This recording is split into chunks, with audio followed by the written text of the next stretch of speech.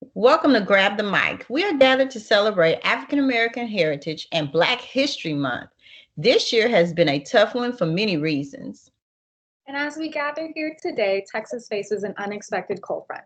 Due to inclement weather, we alter our plans today to gather safely together. Yes, instead of a YouTube streaming event from Maverick Film Production Studio on UTA campus, we're coming to you from our homes.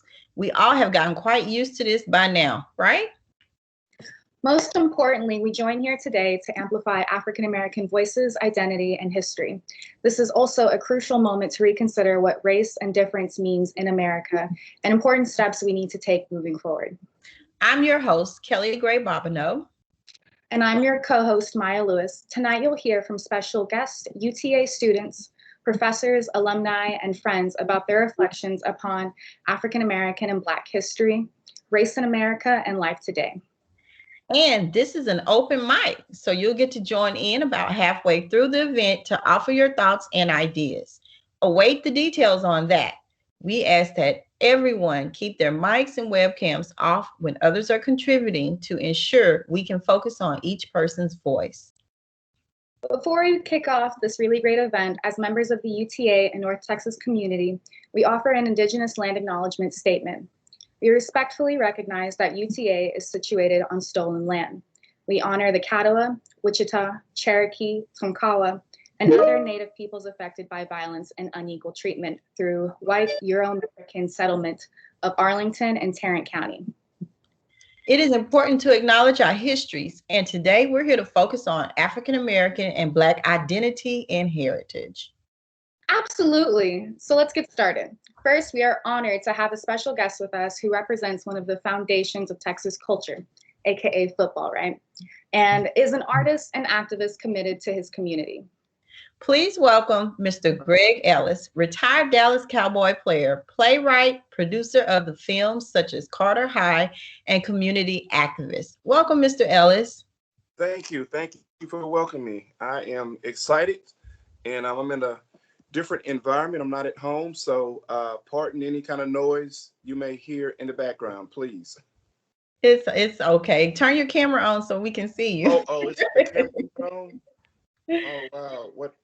Your camera's on, Ellis. No, okay. All I see is his name. Okay. So you're doing okay today? I'm doing terrific. We had a death in the family, and so we're actually in Chicago right now. Okay. And I know I've heard it's cold in Texas, but trust me, it's even colder up here. I can imagine. Well, condolences, and we got you on program tonight just to share a little bit about our culture, Black history. We're celebrating this month, and we know that you've done a lot in the past 4 or 5 years here in the local community. You want to share some of that with us? Well, I'm going to sound like I'm bragging when I say I don't know where to start, but I have done my best to fill needs that I saw that needed to be filled, and in the Black community, Black in the Hispanic community, that I deemed that, if you would, as underserved areas. And for years, even while I played football, and even definitely when I retired from football, I've done a lot to pour myself into what I call that underserved community. That was how I first started in business. We started a photography company, and we would go into communities like, West Dallas, South Dallas, and areas like that, and go into schools and do their yearbooks at a very affordable price, provide senior pictures, again, at a very, very affordable price, and several other products as well. Most people know me from executive producing a Carter High film, or doing stage plays such as Watch Night, Juneteenth, and things like that. But it goes back farther than that. So I've been doing the best I can to contribute, if you would. Okay, now a lot of your work, like the Juneteenth and the Watch Night play, it definitely sheds a light on a lot of the African American history that a lot of people don't know about, especially the Juneteenth. a lot of African Americans here in the South, or especially Texas, that's when we actually found out about, the freedom movement, so to speak, or the 1865. It took us, what, Mm-hmm. 1867 before we were able to really celebrate being free as people. Mm-hmm. And you recently were nominated for Image, NAACP Image Award, Correct. for that play. And Yeah. we congratulate and we celebrate you, because that's an Thank you. awesome work. You want Right. to tell us a little bit about how you decided, or how you came to wanting to share that story through the stage? Yes. And so the first play we did was, of course, Watch Night. After we did Watch Night, I realized that even more people wasn't familiar with Juneteenth. Now, they were familiar with the word.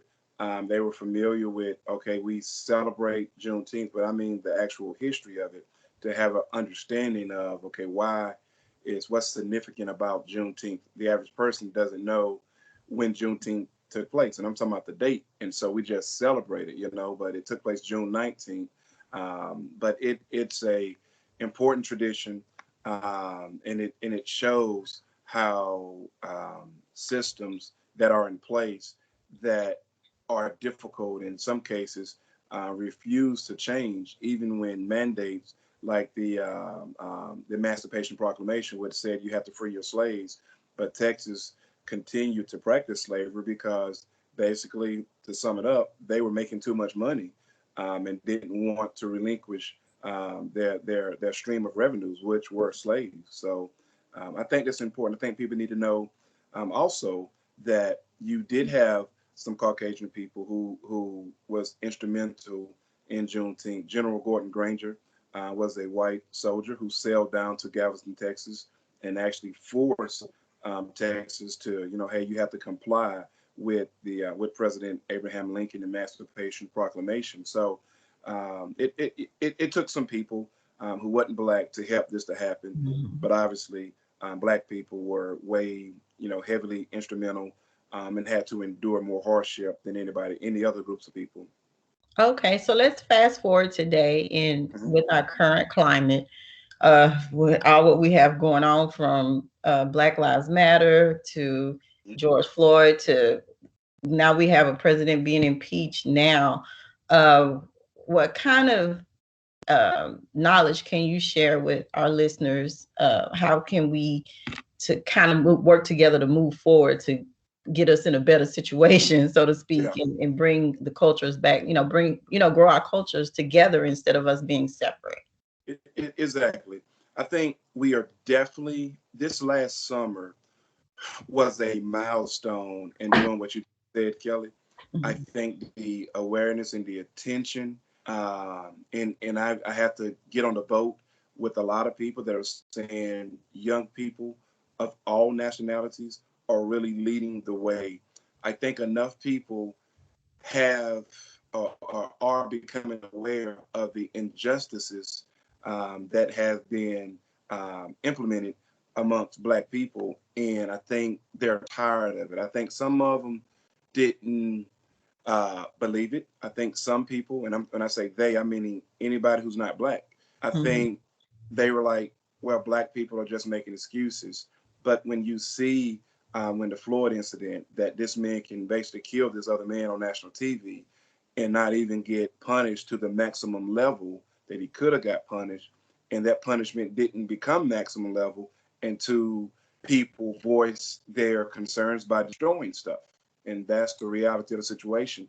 And so I was looking at a comedian, I don't remember his name, and he spoke about Black Lives Matter. He was they make jokes, and the reality, it really kind of hit me. And he said, "Man, can we just get Black Lives Matter?" And he said, "What we're saying is, can we just matter?" And Mhm. it's like we don't have to be important, but can we at least matter?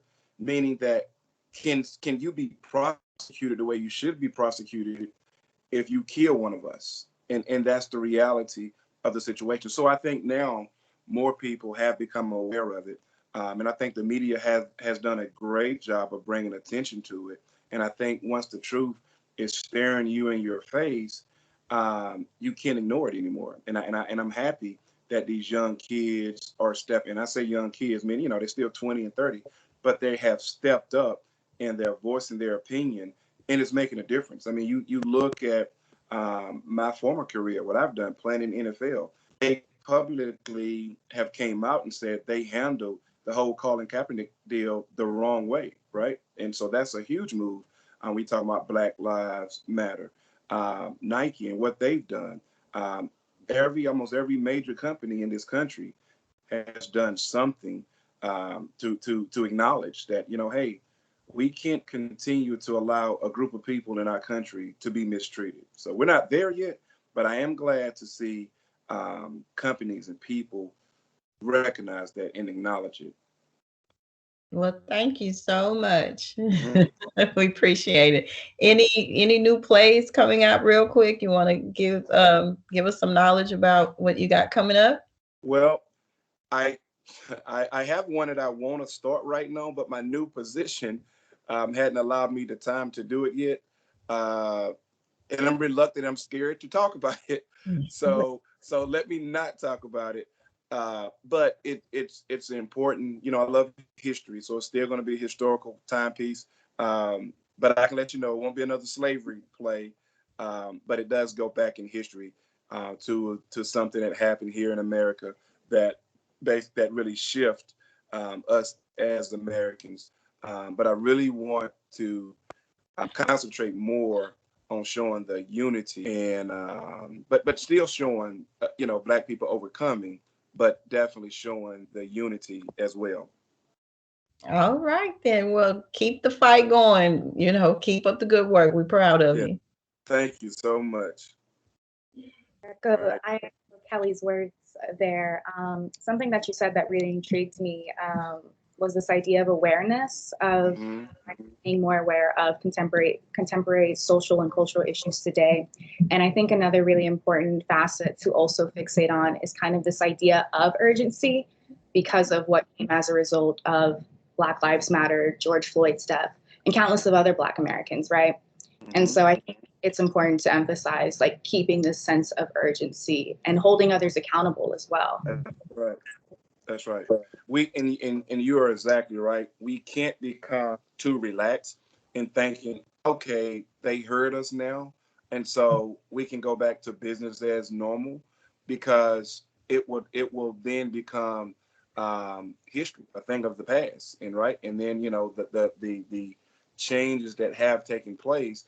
I've even heard of companies that say something is white labeled or black labeled. They even changing that. I've heard of people saying, we no longer going to call it the master bedroom. And so all of those things just let you know how deeply enrooted the foundation of America. It's like master bedroom. And I didn't even think about that. But you think about it. It was the bedroom that the master slept in. And it stuck around for all these years that we still refer to it as the master's bedroom. And so it shows you that the foundation of this country is deeply enrooted with slavery, injustice, and a system that was created for people who are not Black. It was created for white people, to be honest with you. And so we won't go down that road, but I definitely agree with you in saying that we need to keep our foot on the gas in a good way, letting the truth be seen. And when things happen, unfortunately, Floyd won't be the only one. And that's very sad for me to say that. But whenever it happens, let's shed light on it, and let's fight for justice. And let's let people in this world, all nationalities of people in this country, let's make sure they are aware of what's going on. And I'm gonna tell you this, and I'm gonna be finished. I know y'all, I might mess up the show, but you go back to Dr. King. One of Dr. King's strategies that a lot of people didn't know was he wanted to use the media, and he used the media. His peaceful but very effective approach, it shocked the world when now you see police dogs, water hose being spraying on people who are doing nothing else but simply marching down the street. So it sent the message around the world that, man, you guys are really treating that peaceful group of people really bad. And so that unctioned America to say, okay, we got to do something about this.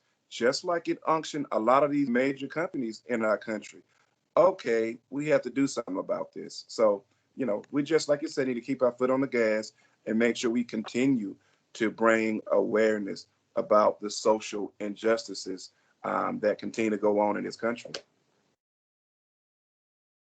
Thank you so much for those words, and also for your lasting impact that you've had for many African American individuals in Texas, because it is really important and crucial to bring like accessibility and resources to those who may not have the ability to do so. Yeah, yeah. Well, thank you, and I agree. I've done it, like I said, my own personal means, and I would encourage people, help out. It may not be in you to do what I did and go. And when I say we used to go take their pictures, I mean literally, I would go out there and help unload equipment. I don't know how to take pictures, of course, but I would push hard and do as much as I could do to help keep the costs down so we can continue to do it as long as possible. Because, we wasn't nearly charging the right amount of money. We was charging way below industry standards. But, we really served and provided yearbooks and senior pictures to thousands of kids that normally wouldn't been able to get them. That is so very important. Mm-hmm. Thank you again. We really appreciate you taking the time out to be here. We're going to segue next to Miss Barbara Felix, who is currently with us now. Her beautiful face is there. Miss Barbara Felix is an award-winning artist and community activist with a contemporary portrait exhibition currently on view at the Carver Community Cultural Center in San Antonio, Texas.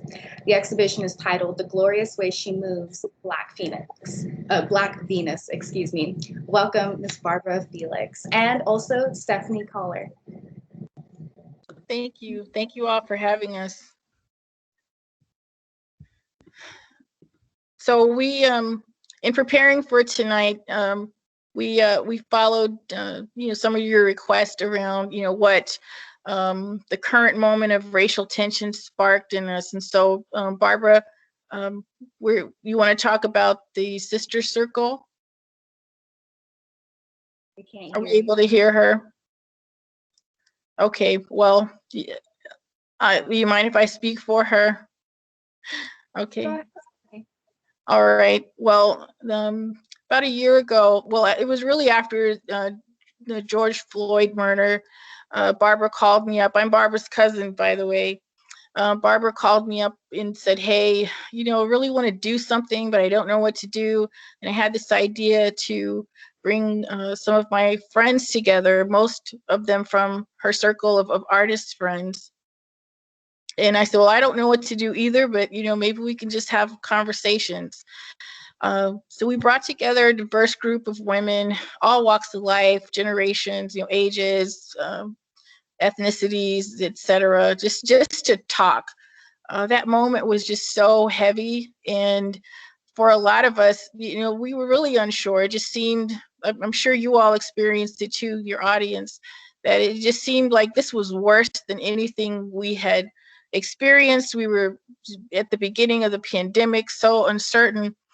So we didn't know what was going to happen. It was really like an experiment, but we wanted to make it a safe place for everybody to be able to talk about what was going on, how they were feeling, and even questions that they had. Barbara and I took on more of a role of, let's say, educator, or we would come up with topics. We decided to have a topic that we would talk about every week.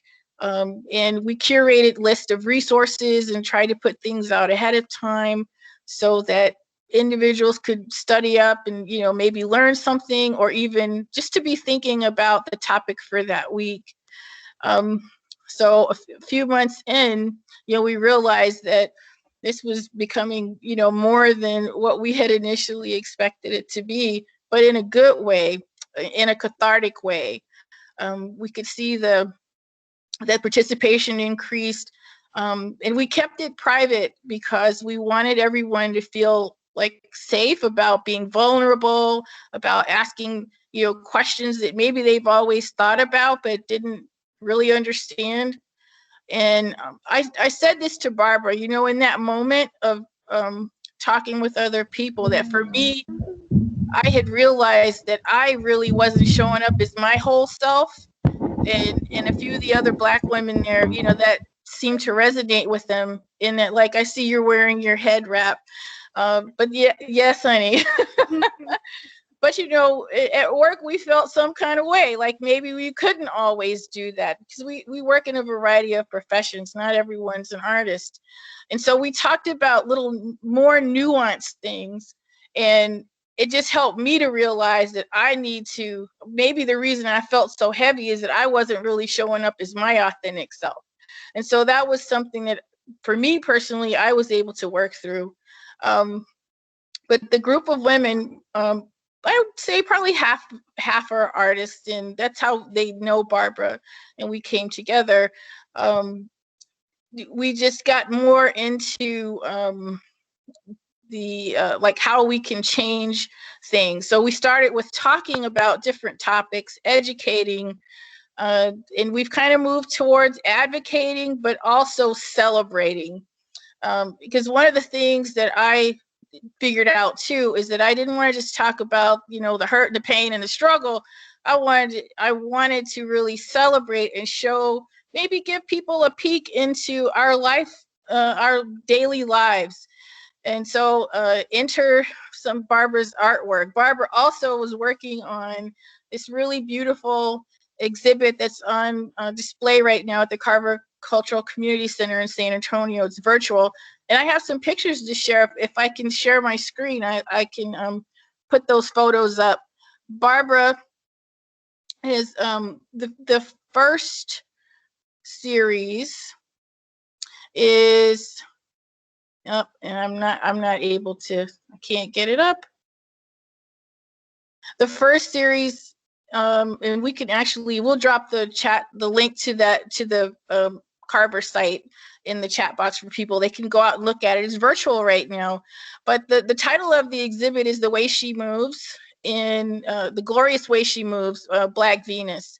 So Barbara has like 25 women that she took pictures of and video, and I just happened to be there too. She took pictures of me, but I didn't make it into this set.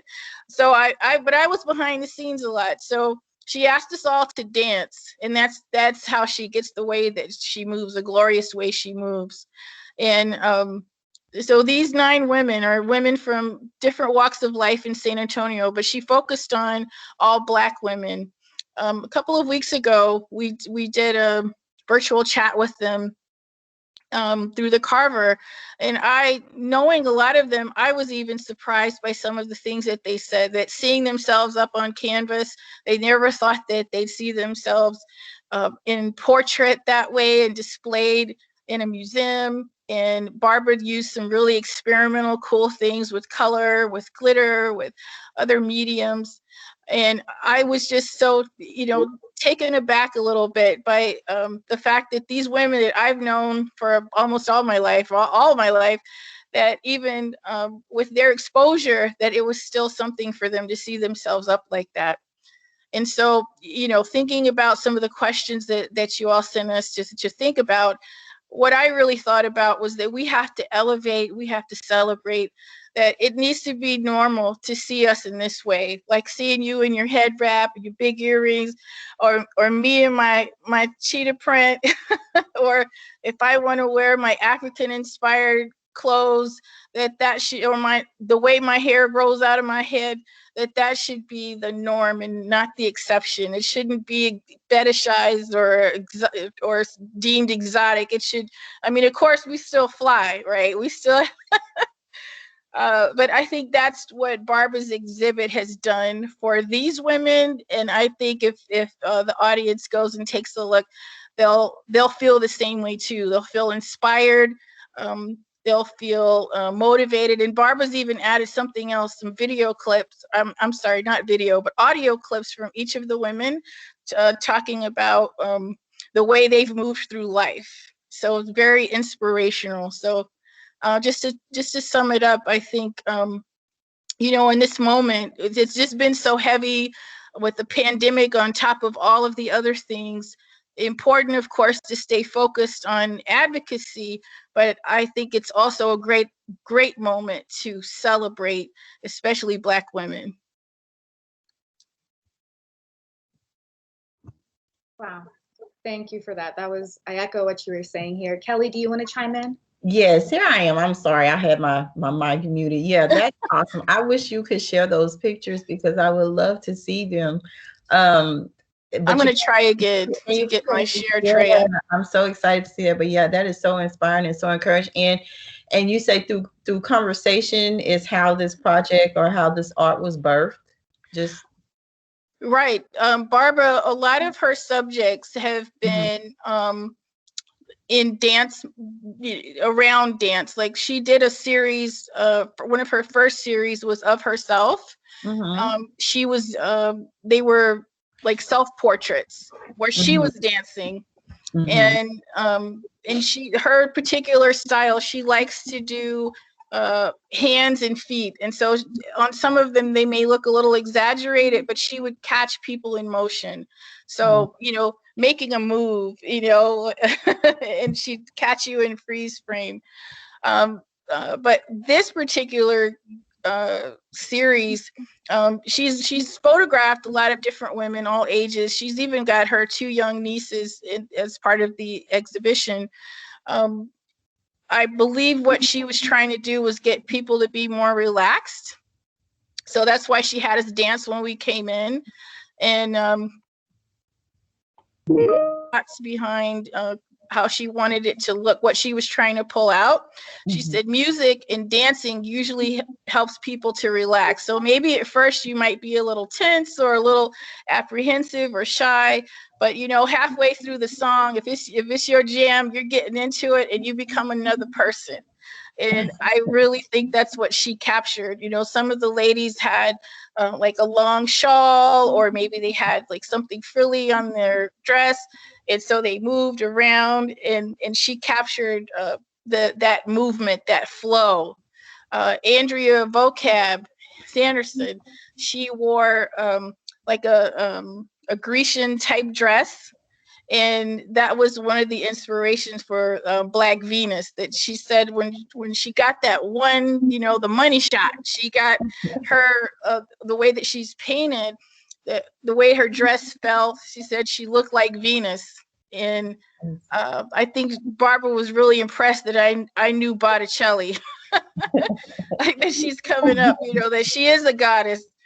So those were some of her inspirations. Okay, well, tell her. I know she was having problems getting on the call or with her audio. Well, tell her we sure hate we missed it, miss speaking with her, and please drop that link in the chat because I definitely would like to see it and also to share if it's okay. Sure. And the exhibit is, you can look at it online virtually, and you can also make an appointment to go by the Carver if you want to see it in person, socially distanced and masked up, of course. But what I told Barbara, that I'm just so thankful to be a part of not just the Sister Circle, but helping her with talking about her artwork, is that the Carver Cultural Center in San Antonio is where our parents went to dances in segregated San Antonio. And for her to be a featured artist, and for me to talk on this panel, to moderate a panel discussion with these women, that's what our parents dreamed of, is that we would be up on those walls, that our names would be up in lights, that we would be leading the way. And so that is just so very important to us to contribute to not just the culture of San Antonio, but to the Black art world, to the art world and beyond. And so we're always grateful for an opportunity to engage. So thank you all for having us on tonight. And thank you. Your insights and art offer such an important perspective today.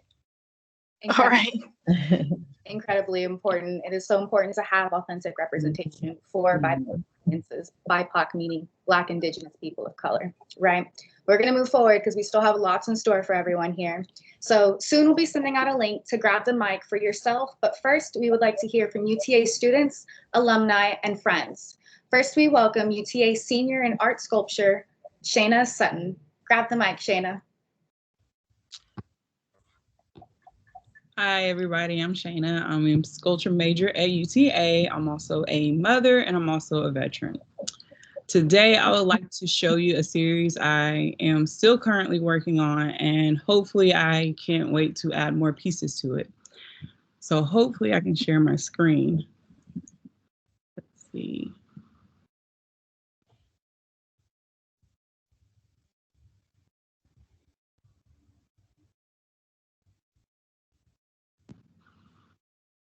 Oh, beautiful. Okay, okay, I'll go ahead and tell you a little about the series. The series is called The Mitochondrial Eve, focusing on the sorry, I have my daughter. It's okay. Okay. So the series is called The Mitochondrial Eve, and it's focusing on that maternal matrilineal line of Black women.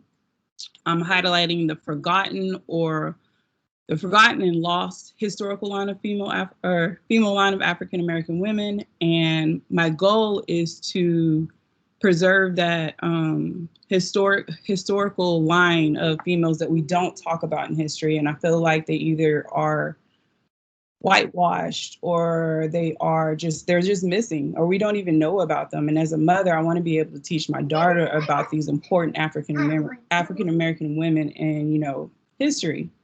So for the first sculpture I have right now, her name is Makeda. She is from a biblical reference. I really enjoyed making her. Hey, please pause it. Sorry. I really enjoyed making her. All of the sculptures I'm making, they're from cardboard, and I also use found objects to really show the memories and emotions that found objects hold, while also embracing my culture as well by using head wraps and really showing the African American hair and just really embracing the African American woman's body. So they're actually like really big in person. Wow. This one is related to Sarah Bartman. And I know if a lot of people don't know, she was a slave who was objectified for her body. Mm-hmm. And so my plan is hopefully to continue the series. It's really important for me because I remember I read this quote. It said, to diversify historical preservation, you need to address not just what is being preserved, but who is preserving it. Because as it turns out, what counts as history has a lot to do with who is doing the counting. Okay. Nice. Those are beautiful. Thank you so much. Wow. Now, what time period, or is that just African American women, a compilation of different time periods? And I know Sarah was like in a circus, so I'm familiar with that, but like the first piece that you showed. That was from the biblical reference, so like around the Christianity type art. Mm-hmm. Wow, those are beautiful. I know I want to do mythology as well. Mm-hmm. I want to be able to just incorporate African American in all parts of the history. I feel like that is lost. We don't see us at all. So I want to be able to make sure I'm able to preserve that and have something so my daughter is able to see it. Yes, that is so important. Wow, amazing. Well, thank you so much. Maya, did you have anything? No, I love the hair, how you stylized the hair on the very last one, how you could see like the really big dreads. That was really nice to see. Really nice, really nice. Well, thank you so much. Your work is so inspiring. And where can we see your work? I can actually post a link to my website if. Okay. Yeah. Okay. Good. Well, thank you so much. And we will definitely, if it's okay, we can share it out. Yes. Yes. Okay. Thank you. I love it. It's original, it's authentic, and it is beautiful. All right. We're gonna move on to our next guest, and hope you stay on with us, Shayna. So next we have fellow UTA senior in art education, Martha Especulta, to share her vision. Welcome, Martha. Hello, everyone. It's an honor to be here. I'm going to be sharing some artwork with you. So I'm going to prepare my PowerPoint right now.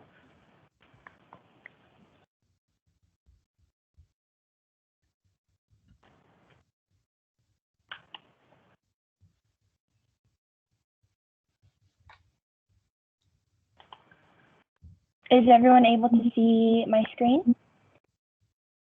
Not yet. No, not yet. No. Okay. Let me try again then. Okay.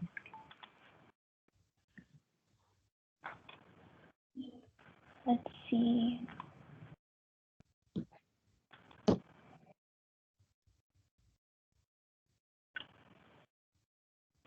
Oh.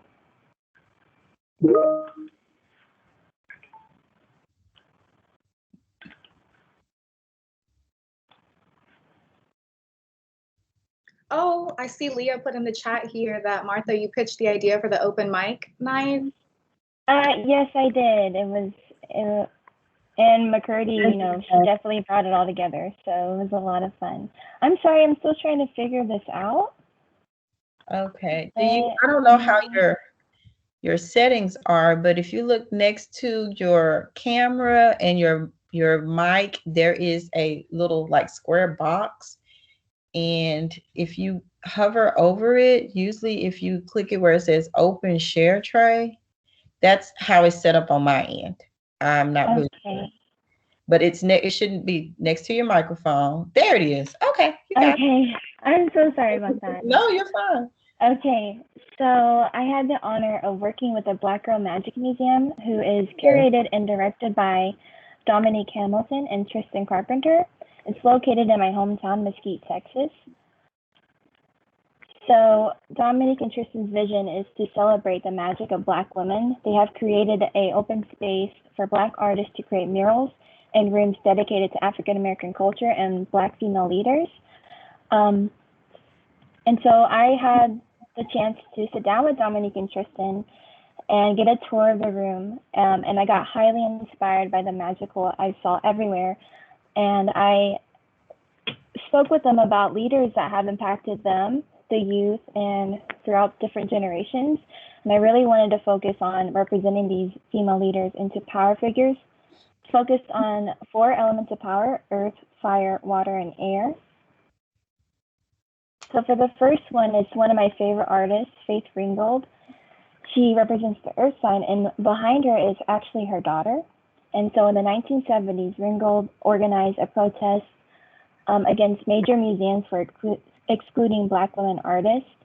And shortly after that, she created her own exhibit representing Black female artists. And I wanted to shine light on that because it's the same thing that Miss Dominique is doing for her community. And I thought it was a great connection with that. And next I have Jasmine Crockett, who is an attorney and Texas State Representative for District 100 in Dallas. She is also a mentor for the manager, Tristan. And she has done a lot for our community, fighting for justice. And a lot of her sign is the symbol of fire because she's fighting for her community and for her people. And so I highly look up to her as well. She's a wonderful leader in our community. And next we wanted to focus on a youth advocate, and her name is Mari Cockney. She's from Michigan. She's known as Miss Flint, and she is fighting the water crisis and is also fundraising to support underprivileged children in her community. I know recently she raised a lot of funds to help children get better books for their schools, and she's just a really great philanthropist and is very giving. And she's only 14 years old, which is amazing. Yeah. And next we have Amanda Gorman, who is quite in the scene right now. After I heard her speak at the president inauguration, she just really inspired me. Oftentimes she uses her hand when she's speaking with her poems. I believe it's sign language, and also I feel like it just adds more emphasis to her words. And so her sign is representing air. And I really wanted to give a big thanks to Dominique and Tristan for trusting me with this. It was a lot of fun and very educational. And I will be donating these to her museum. So hopefully they'll be up maybe by March. And again, it's located on Gus Thomason Road in Mesquite, Texas.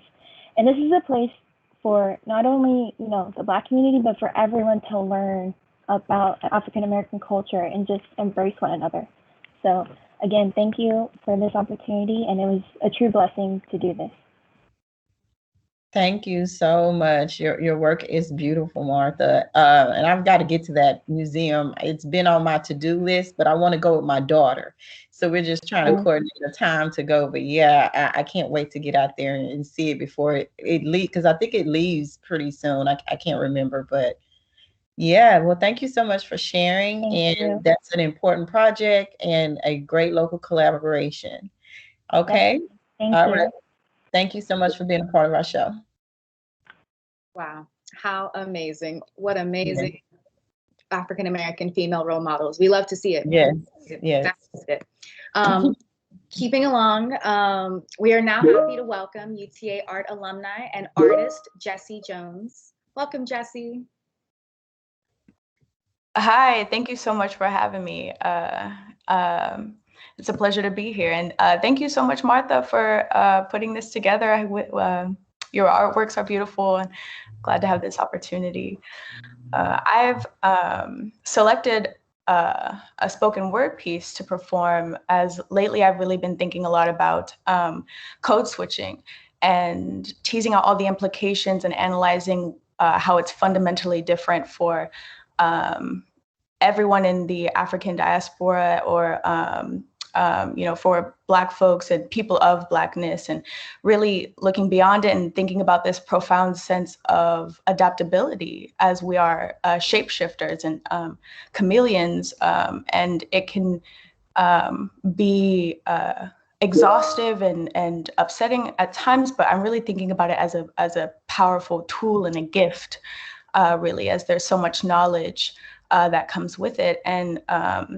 And then it's really like a train of thought into thinking about a beautiful sense of not only that adaptability, but the sense of joy that comes with it, and spirituality, as I've never really, it just hits different in the Black community. So I'm thinking about it, how my place and my space how I've been impacted being a member of the Black community, and how that's radical and very nuanced, coming from me with my privilege as a biracial woman of Blackness in proximity to my dark-skinned siblings. So here it is.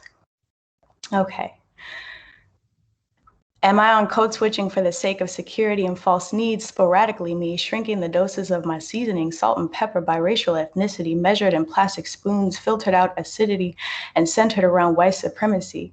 Can't handle my taste, intimidates, must be hard to stomach with burnt buds and no accountability. I'm sour, sweet, and spicy, smoked mesquite, mild intensity, over your head, instinctual adaptability.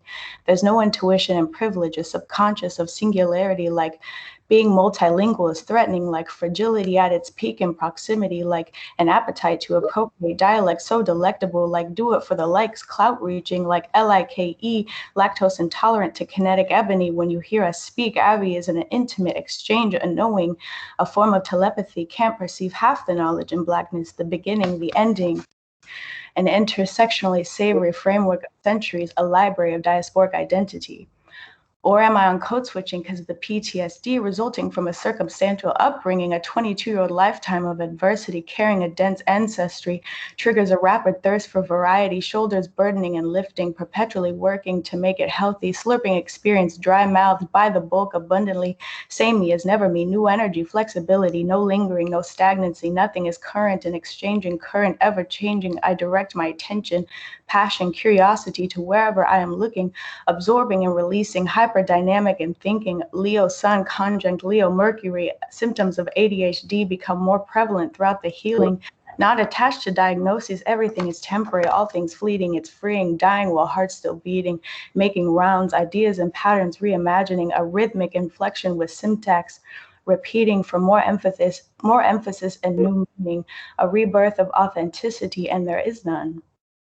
Is that even code switching? Do I even know anything? Or am I assigning things like white folks forcing definition, desperately clinging to their goofy ass hierarchy because need wholesome routine and boundaries to have some sense of sanity in this boundless reality, but I get bored easily, so I switch codes at presently ambiguous planes 108 degrees in 7 dimensionalities. There is no in between.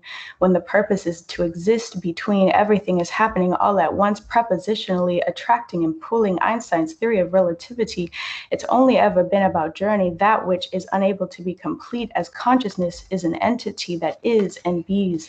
For eternity, creation and destruction is the same thing. Spirit is calling me soft and loudly, simultaneously saying, don't take things so seriously.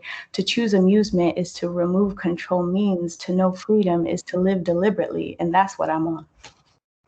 Wow, you should see the chat blowing up. Instead of grabbing the mic, you should drop it now, right? That was beautiful. There were so many things that I can't say enough, boy. That's awesome. Awesome. And your inspiration is your biracial culture and code switching. Nice, nice. Thank you so much for sharing. Maya, did you have anything you want to share?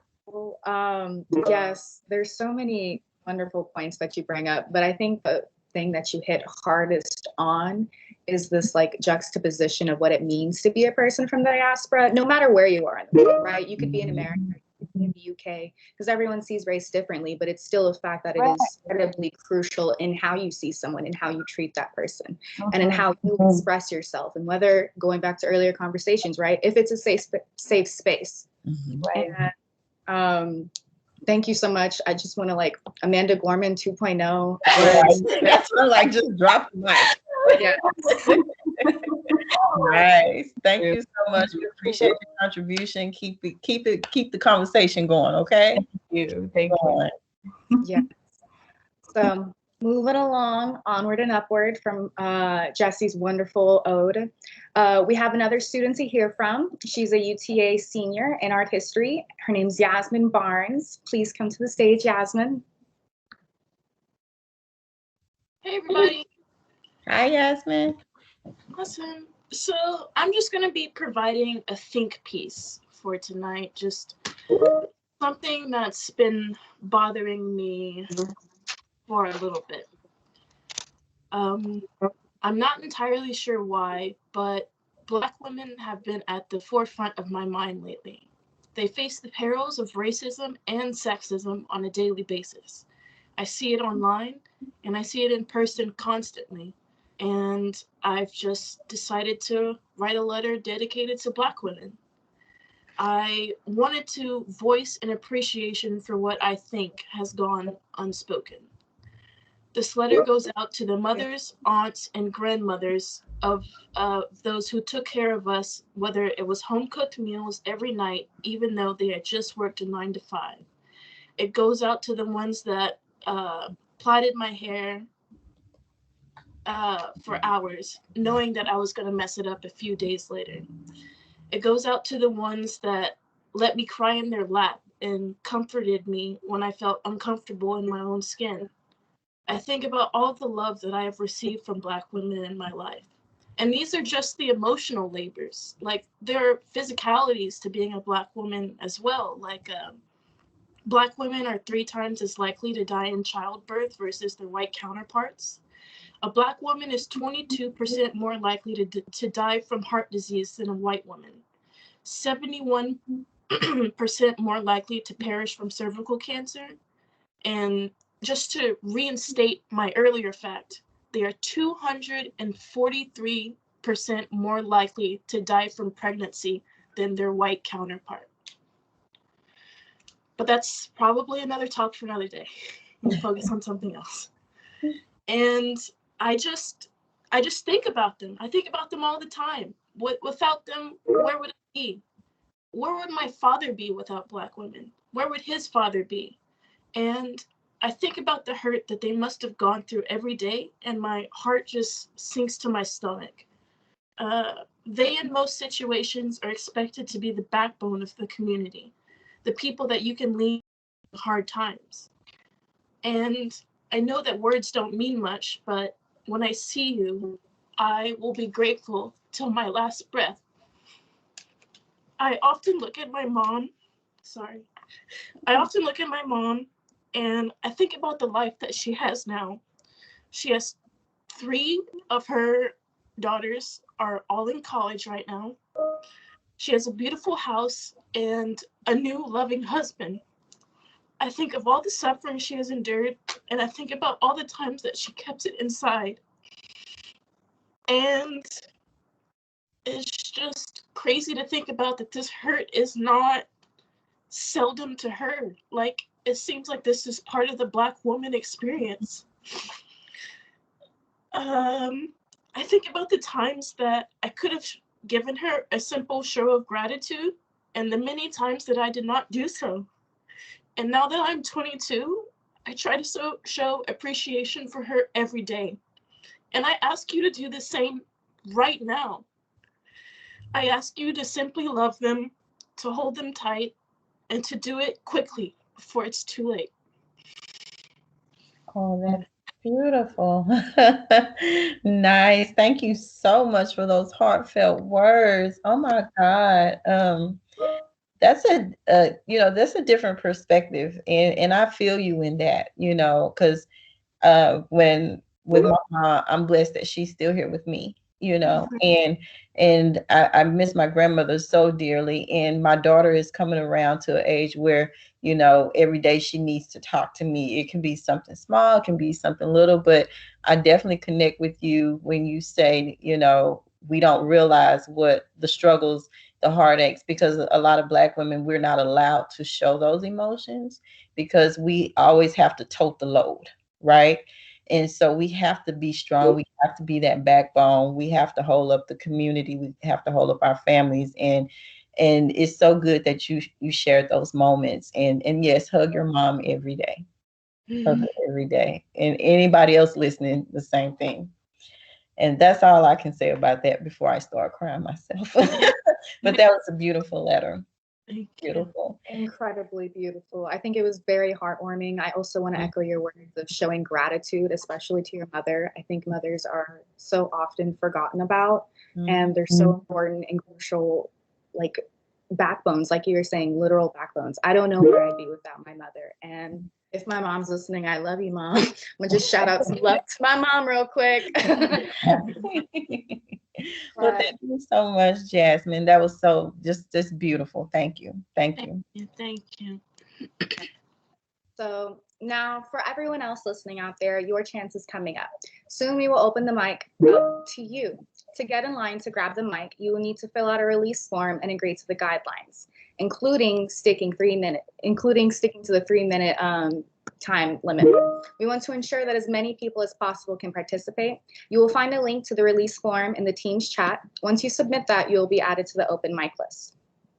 Okay, let's now welcome UTA freshman in art, Precious Obasi, to the mic. Welcome, Precious.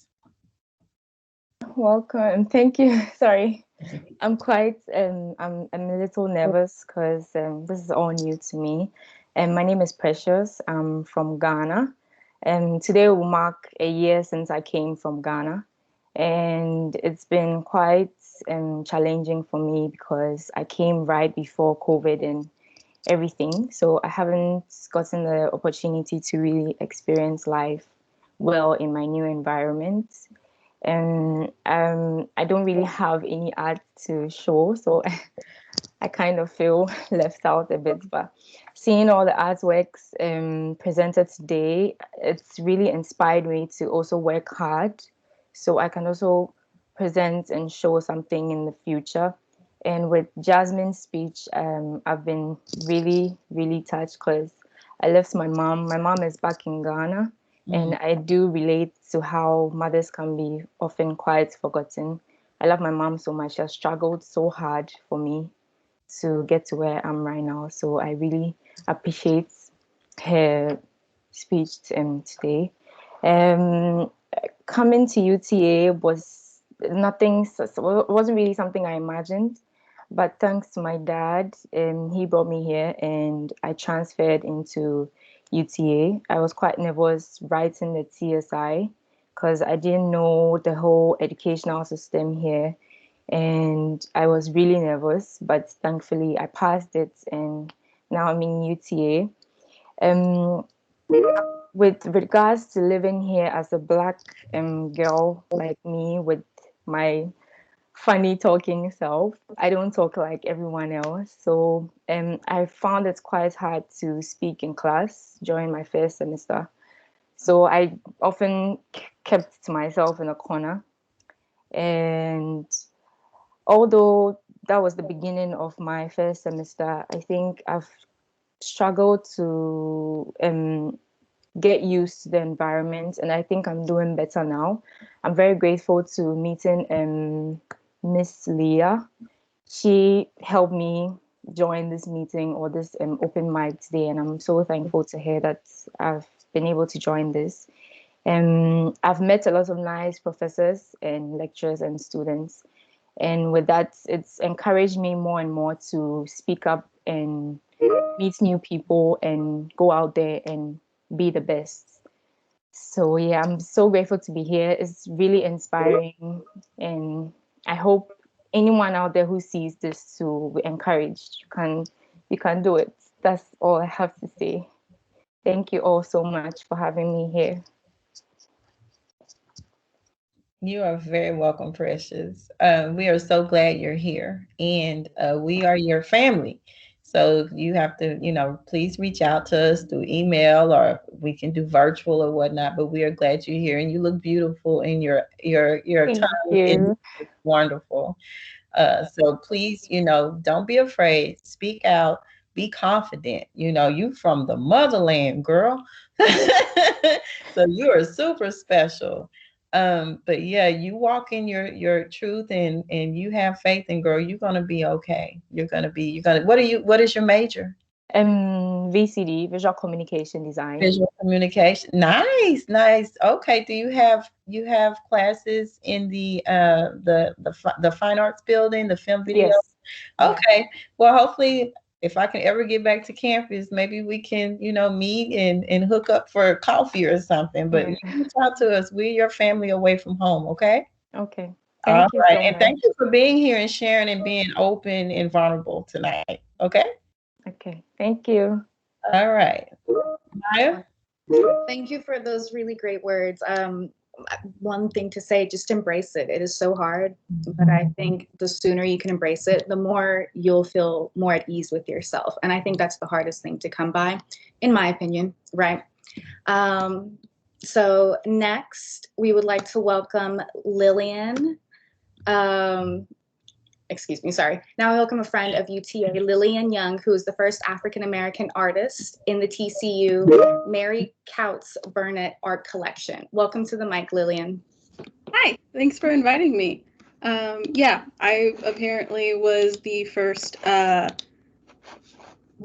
to be able to do that. So, ooh, okay, sorry, just trying to make sure I can share my screen real fast. I think it's loading. If not, it's okay. But I can briefly explain my work. So I am a historical artist. That generally is not a term used anymore to describe artists, and that means I paint stuff about history, specifically Black history. So I like to make work that looks at the unknown or forgotten parts of Black history. One aspect of that is a series I have called Hanging Haints, and I can actually share it in the chat. I prepared for this just in case, because I knew something like this might happen. But it's a series I called Hanging Haints, and I started it right when quarantine hit us, because I was not really living in a very good environment at the time. So I did not, it's made of 40 different liquor bottles. I did not drink any of them. I bought them from someone online, but I made see-through stickers, and I put racist haints on them. And haints is a term that is mostly used for Black Southerners, and my family included. And it just means evil spirits. And currently I'm at MSU working on my master's degree. So when I explained it to them, they had no idea what I was talking about. But essentially what the project does is it's showing these hanging haints in bottles just in these trees to kind of represent these are the racist ghosts that we have, and we have yet to get rid of them. And the fact that they're still prevalent. So it includes the one picture, famous picture, I think his name is George, of the slave whose back is all whipped and meshed up.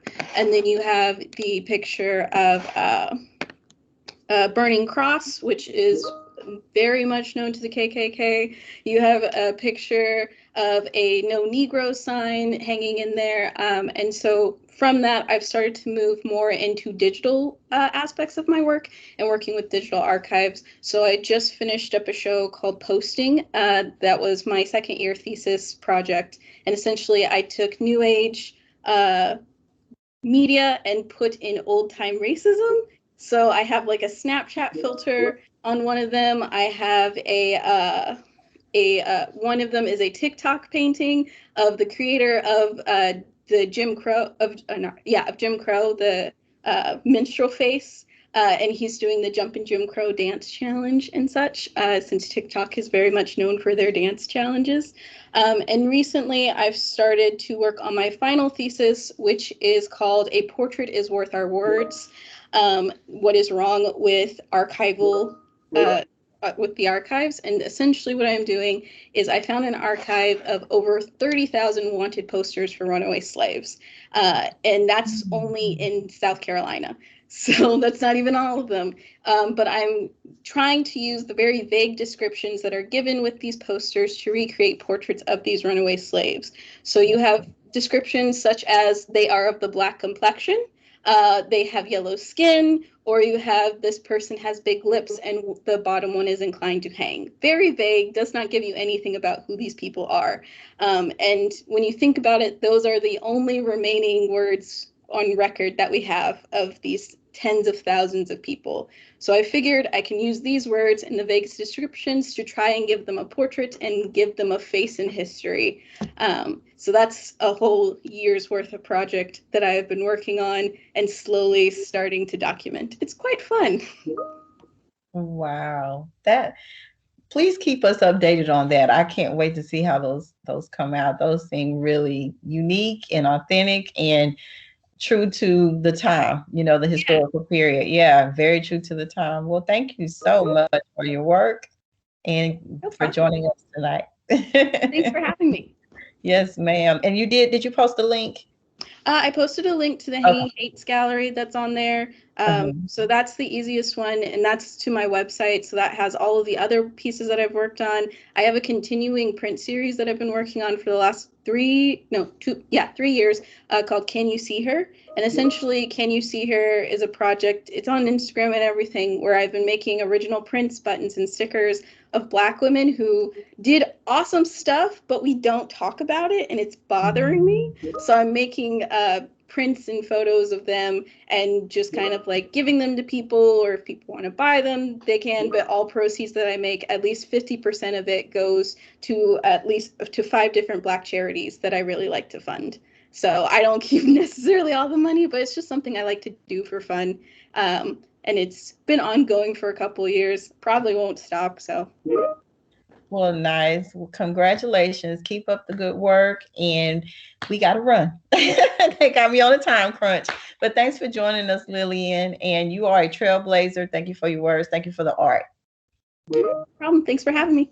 All right. We're pleased to ask Desiree Gibbs, another UTA art alumni and professional artist, to grab the mic. Welcome, Desiree. Are you there? Yes, I am. All right. Thank you. Thank you so much for having me. Mm-hmm. So I'm going to take a little different route with what I have today and just speak on my narrative. So it's your friendly neighborhood, artsy goth here. So to start, I've always felt the duty to support our community, but I really struggled on how. I started working for local Black-owned companies that needed support in the design and branding department. But with the heavy strings of murders that happened in June, I had this hole in my heart. I felt that I needed to do more, and it really grew during those times. So what does an empath designer like me do? Creatives and their responses really gave me the hope that I can find a place I'm in the progress of doing that now by working to become an advocate in my workplace for diversity, equity, and inclusion. Another element that saved me was finding my community. My Black peers at UTA and I did not have a community of designers to be a part of while attending. So as a designer, I personally felt pretty lost and found difficulty in finding my identity as a designer.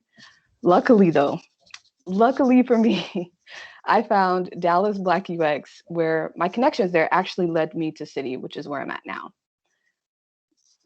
This was a couple years after graduating. At that point, I really understood the extreme importance of surrounding myself with other Black designers that look like me, and especially ones that understand the complexity of navigating this society as a creative. And it's been like therapy, honestly, being able to connect with them about our experiences. So a couple things that I would want to pull forward out of that. One, pair your emotions with your strengths and make it your superpower. Besides design, I also do fine arts, and I even did an Afro-Goth portrait series at UTA back at 2017, mainly for representation. So take what you're good at and let your emotions fuel that into finding your place in our community. If you do struggle with defining that, invest in yourself. Invest in your personal development. You know, take some personality tests, ask trusted teachers, family, friends for their feedback. I promise you, book smart versus street smart is a shallow view of our intelligence. There are actually 9 different types of intelligence, and you're definitely going to be a mix of a few of those at least. I'm so excited to see what we will accomplish because we are so powerful. The potential of our growth is literally unbound. Our existence here, as we sit here, is proof of that. Yes. And as Whitney Houston says, it would take an eternity to break us. Second, find your niche community. Historically, it is proven that our society banks off of us being separated. They glorify our struggles and being able to break us, but also enjoy watching us break each other. So surround yourself with other powerful people, both within our community and outside of it. Nothing is more satisfying than seeing beautiful, melanated Black people in all our multifacetedness, LGBTQ+, disabled, Indigenous, and so much more on my Facebook, my TikTok, my Instagram, and literally everywhere else. Living authentically as we should and receiving the love that we deserve. So I end with this. Pair your emotions with your strengths and make it your superpower. Find your niche community because nothing can stop you if you fortify yourself and have a community to back you. As for the rest of you, you will be happy. You deserve it all. You deserve the rest. You deserve the living. I don't know you, but I see you. And I love you guys so much. I'm so excited for our growth. Cutscene. Love it. Love it. Thank you so much for that wonderful and inspiring contribution. Heck yeah. Spreading the love. There's so much love in the chat right now. It's amazing. All right. And last but certainly not least, UTA professor of visual communication design, Fazarne. Oh God, you're gonna kill me. F Hari. Maya, can you help me with that? Yeah, that's right. Eftekari. Oh, okay. I got it. Okay. We'll take the mic. Welcome, Professor Eftekari. Thank you so much for having me. Hello, everyone. My name is Farzan Eftekari, and I go through a narrative for tonight. So I teach courses on design studies, and I actually working on design research here at UTA. I wanted to use my brief time to talk about why Black in design matters. My speech is inspired by some key outcome from Black in Design conference held at Harvard Graduate School of Design, where I earned a Master of Design in Risk and Resilience in 2016. I'm hoping that my brief speech brings inspiration for you to explore the power of your discipline in creating transition in your local community. Design in the past decade is described to have the power to shift the paradigms in society. Transition design, for example, is a new methodology in design field that can empower you, designers, to reimagine the future built environment through a Black lens and illustrate a more equitable future. I think DeRay McKesson, Black Lives Matter organizer, explained this view perfectly. So he said, bringing in a world of equity, of justice and joy requires deep imagination. If we can't dream what it is an equitable society, we can't fight for it. As a designer, you can offer new ways of thinking by inviting yourself into more spaces. In fact, you can use your design skills to envision and discuss how an equitable society will look like within 10, 15 years, how fostering inclusivity and counter existing marginalization can result in inclusive success that everyone benefits from. Then you will work backwards to identify policies and programs that will connect that specific future to present. And you will create and design milestones to achieve the future goals. This approach is what we call transition design as a methodology. One key step in transitional milestone is to create empathy. You can think about innovative ideas to achieve this goal. For example, by combining design and technology, you can use virtual reality to immerse your viewers in the realities of racism and to raise deep understanding on racial injustice.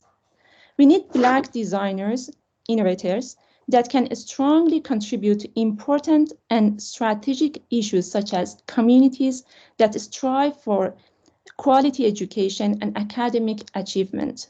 A designer can contribute to a unique and creative problem-solving solution that is based on equity and humility building while integrating historical perspective and healing practices, addressing power dynamic and co-creating with the community. I hope this short talk has inspired you to use your design discipline as a path to power Black community. Thank you very much, everyone, and I hope that this was an inspiration for you to continue working on your discipline and, supporting the Black community. Thank you so much for sharing with us and inspiring us. Sure. Appreciate it. We're so happy to hear your voice. I think you bring up a really great point in that there's not one way to go about advocating or taking care of oneself or creating empathy, and that there's many different ways, whether it's through design, whether it's through historical research, and many other different avenues that the participants were taking in today. Thank you so much, Professor Eftekari. Sure. Thank you very much. Well, now we open the mic to you. Remember, if you wish to participate, you need to fill out a release form. Find the release form link in the team's chat. Once you submit that, you will be added to the open mic list. So first up, we have Fahim Rashid grabbing the mic. Take it away, Fahim. Can you guys see me? Yes. Okay, good. Well, first I want to thank Martha for bringing everyone together to share their stories. And that's actually what I'm here to talk about, is sharing your stories. The UTA will be having a film contest called the Alphabet Soup Film Competition. Greg Ellis talked about how Dr. King used the media. So that's what we want to give you the opportunity to do. Each and every one of us has our own story. Each and every one of us has our own definition of what diversity, inclusion, and equity means. And we want you to share that with us. The textbook definition of diversity is the inclusion of individuals representing more than one nation of origin, color, religion, socioeconomic status, sexual orientation, and so on. So what does that actually mean to you? We want you to take a step back, think about that, and then let us know what that means using the medium of film. Stephanie was talking about painting a portrait, but we want you to paint a portrait of diversity, equality, inclusion using film. The Alphabet Soup Film Competition will be a 48-hour film contest held on next month, actually. It's going to be held on the 12th, and it runs until the 14th. You have 48 hours to make a film that must be less than 5 minutes long. It could be any genre. It can be used, you can use mobile devices to shoot it, and there is actually cash prizes. First place is $500, second is $300, third is $200. It is open for any student, faculty or staff, so if you guys want to jump in, feel free to jump in as well. There are a couple items that will be required for the film contest, which will be released on the day of, but there has to be an item that each film has to include, as well as a phrase, I believe, will also be added. Before the actual contest itself, we're going to actually have some opportunities to teach you guys and have you guys learn a little bit more. On the 26th of this month, we're going to actually have a diversity workshop, which will be streamed online, where we have 3 guest speakers talking about what is diversity and why is it important in film, as well as maybe you're not a film person, but you have a story you want to tell. We're here to help you with that as well, because on the 5th of next month, we have a how to make a video workshop, where we even go through a how to use a cell phone to create a film from beginning to end. And if, let's say you don't have a cell phone, you like the quality. I know my cheap phone, I don't like the quality at all. But the UTA library has plenty of resources for you guys to use. If you need a computer to use, they have a bunch of computers to lend out with editing softwares, as well as they have green rooms. And I believe they have 17 Canon cameras to rent out for you guys to use. If you actually want more information, feel free to email us at alphasoupfilm@gmail.com. Again, that is alphasoupfilm@gmail.com. I don't know if you can see it behind me. I don't know if it's upside down or not. It flips on my side, so hopefully you can see that. But you guys have any questions before I begin? Before I finish? Please make sure you put that in the chat, Fahim. That sounds like something that I would love to be a part of. Yeah. And like I mentioned, it's not just and it's not just for students. Like I said, faculty, staff, anyone that has a story they want to tell, 5 minutes long, 5 minutes or less, come join us. It's an opportunity for everyone to share their own story. Diversity is not just about race. It's not just about sex. It is literally everything. If we look at a worldview, it includes everyone. So share your story with us. Thank you, Fahim. We'll make sure we get that word out, and appreciate you sharing. We gotta go. But yeah, we'll make sure we get that out. That sounds really interesting. All right. Thanks for being a part. Put the email address in the chat, so if anyone's interested, feel free to direct your questions towards that email address. We do have another participant. Her name is Allie Cooley. If Allie could coolly come to the stage, please. Hey guys, I wasn't prepared to show my face this evening, but after hearing everyone, I have the privilege of knowing a few of you, and I just really wanted to thank everyone for really opening yourselves up and sharing your experiences. I've been out to, learn and grow more as I have 2 Black daughters, and never have I been more aware of a Black woman's experience than thinking about my daughters growing up. Sorry. So it's like really important to me that the world can change, and that we can make life better for Black women, and that my daughters don't have to struggle the same way, not me, but her grandmothers had to struggle, and their and her mother. I've grown and learned a lot in several years. It's totally different being married into a Black family than it is having Black children, because it's a whole nother level. Because I think every day, like what they go through every single day is what goes through my mind, and what they're going to continue to go through. And I just really appreciate hearing from all of you. I loved all of it. I'm already going through and like finding y'all's Instagrams and stuff. I'm really glad Fahim shared about the diversity, because I didn't even think about that. I'm also a film student. I actually just graduated in December from UTA. So, and now I'm working with Mad Production. So we're live streaming. We're going to be live streaming this event, and we'll be live streaming the Alphabet Soup And it is going to be a great project, and you don't have to be a filmmaker. There's a lot of ways that you can create film that doesn't involve, traditional filmmaking. However, I would love to collaborate with any of you. If you're interested and you don't know how to get started, and you're interested in doing a film, because I would love to do something for this particular film festival. And I also have some other projects in the future that I want to work on, because my kids inspire me constantly, and they've inspired a lot of my work. And there's a series that I've been thinking about that I would really specifically like to collaborate with you, Jesse. I don't know if Jesse remembers me, but we met before. So I would like to, get in touch with some of you and collaborate on some stuff, because all of y'all's work is extremely important to me, and my kids love art and they love history. And so I definitely intend to bring my daughter to the Black Magic or Black Girl Magic Museum. I hadn't heard of it. I'm thrilled. She will love it.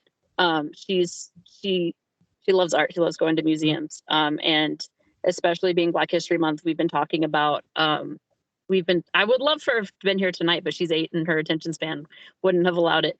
But a lot of y'all's art is stuff she's interested in. Because she asked me just today, why is there a month for Black history, even though she's been familiar with it for a while. And I told her there's just a lot of Black people who haven't been recognized for the work that they've done, a lot of people that we don't know about. And this gives us an opportunity to focus in and learn new things that we didn't know before. Not talk about the same people that we talk about every Black History Month, but to delve in and learn new things about, your culture.